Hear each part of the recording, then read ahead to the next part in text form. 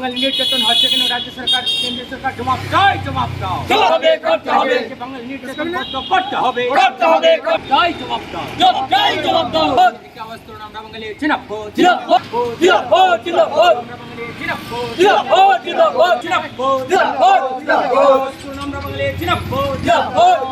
আজকে আমরা বাঙালি দলের পক্ষ থেকে এই যে গত 28শে অক্টোবর আপনারা জানেন সবাই শিলংয়ে, মেঘালয় রাজধানী শিলংয়ে উগ্র বাঙালি বিদ্বেষী একদল লোক, সংস্থাটার নাম হচ্ছে, আপনারা এর মধ্যে হয়তো জেনে গেছেন, federation of Khasi Jaintia and Garo hills. এই ফেডারেশনের এই সংস্থার কতিপয় লোক চাকরির দাবি করে, আসলে আড়ালে এটা অজুহাত, রাস্তাতে মিছিল, শিলংয়ের রাস্তাতে মিছিল শুরু করে কিছুক্ষণ বাদে বিনা প্ররোচনায়, কোনো অজুহাত নেই, কোনো কারণ নেই, কোনো অপরাধ নেই, সেখানকার যারা বাঙালি পথচারী তাদের উপর আক্রমণ সংঘটিত করে। তাদের আক্রমণে 50 জনের মতন বাঙালি পথচারীর সঙ্গে 1-2 জন অন্যরাও রয়েছে, মারাত্মকভাবে আহত হয়। তাদের যে বাইক ছিল, যানবাহন গাড়ি ছিল, এগুলিকে বিধ্বস্ত করা হয় এবং পরবর্তী মুহূর্তে আমরা লক্ষ্য করলাম কি তারা গিয়ে বাঙালিদের যে দোকানপাট আছে, শিলংয়ের পুলিশ বাজার বলতে একটা জায়গা রয়েছে, ব্যবসার কেন্দ্র, সেখানে যে বাঙালিরা দীর্ঘ বছর ধরে স্বাধীনতার আগের থেকেই, দেশভাগের আগের থেকেই বাঙালিরা শিলংয়ে থাকছে, তারা ব্যবসা করছিল, সেইখানে তাদের উপর চড়াও হয়ে দোকানপাট ভাঙচুর করা হয়, জিনিসপত্র লুটতরাজ করা হয় এবং পরবর্তী সময়ে আগুন ধরিয়ে সব কিছু ধ্বংস করে দেওয়া হয়। আমরা দেখেছি, আপনারা দেখেছেন, আপনার ভিডিও ফুটেজ বেরিয়েছে, এসছে, অস্বীকার করার নেই।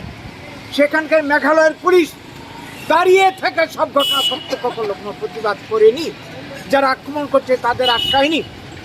তো এই যে ঘটনা পরিষ্কার, এটা একটা পূর্ব পরিকল্পিত বাঙালিকে মেঘালয় ছাড়া, আসাম ছাড়া করার জন্যে। অবশ্য এই ধরনের আক্রমণ এইবারই নতুন নয়, এর আগেও ইছাবাজার এবং মেঘালয়ের বিভিন্ন জায়গাতে সেই স্বাধীনতার পর থেকে বারবার আক্রমণ হয়েছে, গত বছর আক্রমণ হয়েছে, প্রতি বছর বারবার আক্রমণ হয়।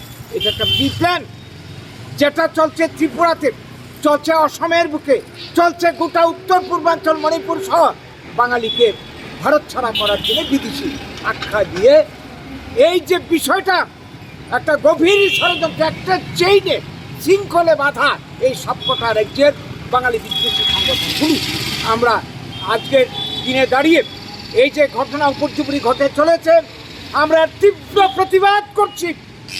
আমরা মেঘালয় সরকার সহ কেন্দ্রীয় স্বরাষ্ট্রমন্ত্রীর কাছে দাবি জানাচ্ছি, বারবারই দাবি জানাচ্ছি, সহ্য সীমা অতিক্রম হওয়ার পথে 3টা দাবি রয়েছে আজকের দিন আমাদের।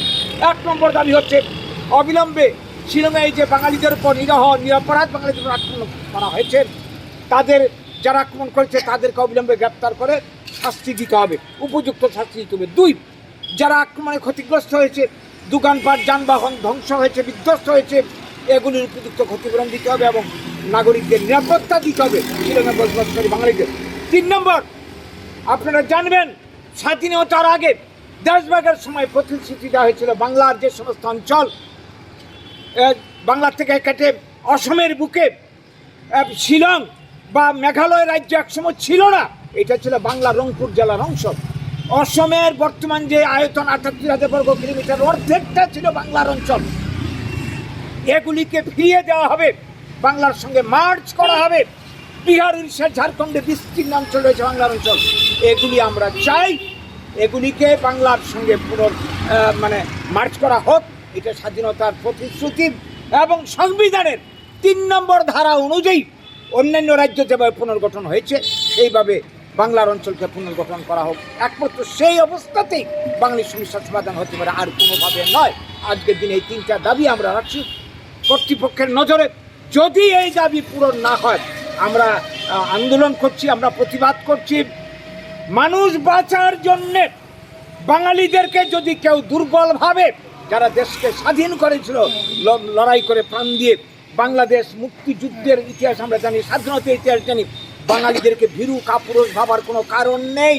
হুমকি দিয়ে ধমকি দিয়ে বাঙালিকে কেউ ঘরে বসিয়ে দিতে পারবে না। এইভাবে বারবার আমরা সহ্য করে যাচ্ছি। বাঙালি সহনশীল জাতি, কিন্তু মানুষের সহ্যের একটা সীমা আছে। ওরা যদি বাধ্য করে বাঙালিকে আবার দ্বিতীয় স্বাধীনতা আন্দোলন ভারতের বুকে বাঙালিরা সৃষ্টি করবে, বাঙালিদের অস্তিত্ব অধিকার রক্ষার জন্য, সাংবিধানিক অধিকার রক্ষার জন্য, এই পরিস্থিতির জন্য দায়ী থাকবে বর্তমানে যারা আন্দোলন করছে এবং যারা মদত দিচ্ছে। সিপিএম, কংগ্রেস, বিজেপি এত বছর ধরে আক্রমণ আঘাত চলছে বাঙালির পর, একটা কথা নেই বাঙালির পক্ষে। ভোটের রাজনীতি, ক্ষমতার রাজনীতি, এটা আমরা সহ্য করব না। বাঙালিরা একটা নির্দিষ্ট মাত্রা পর্যন্ত সহ্য করবে, তারপর বাঙালিরা এই ঘুমন্ত সিংহ বাঙালি জাতি জাগবেই এবং তার অধিকার আগামী দিনে আদায় করে ছাড়বে। এই কথাগুলি বলার জন্য, বার্তাটা দেওয়ার জন্য আজকে আপনাদেরকে আমরা ডেকে নিচ্ছি। বাঙালি নির্যাতন বন্ধ করতে হবে। রাজ্যে রাজ্যে বাঙালি নির্যাতন হচ্ছে কেন? রাজ্য সরকার, কেন্দ্রীয় সরকার জবাব চাই, জবাব দাও। আমরা বাঙালি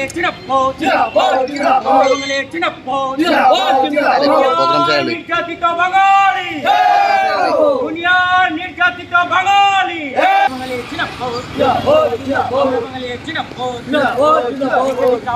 আমরা বাঙালি শিলংয়ে বাঙালিদের উপর আক্রমণকারীদের গ্রেফতার করে উপযুক্ত শাস্তি দিতে হবে। শিলংয়ে বাঙালিদের উপর আক্রমণকারীদের শাস্তি দিতে হবে। আমরা বাঙালি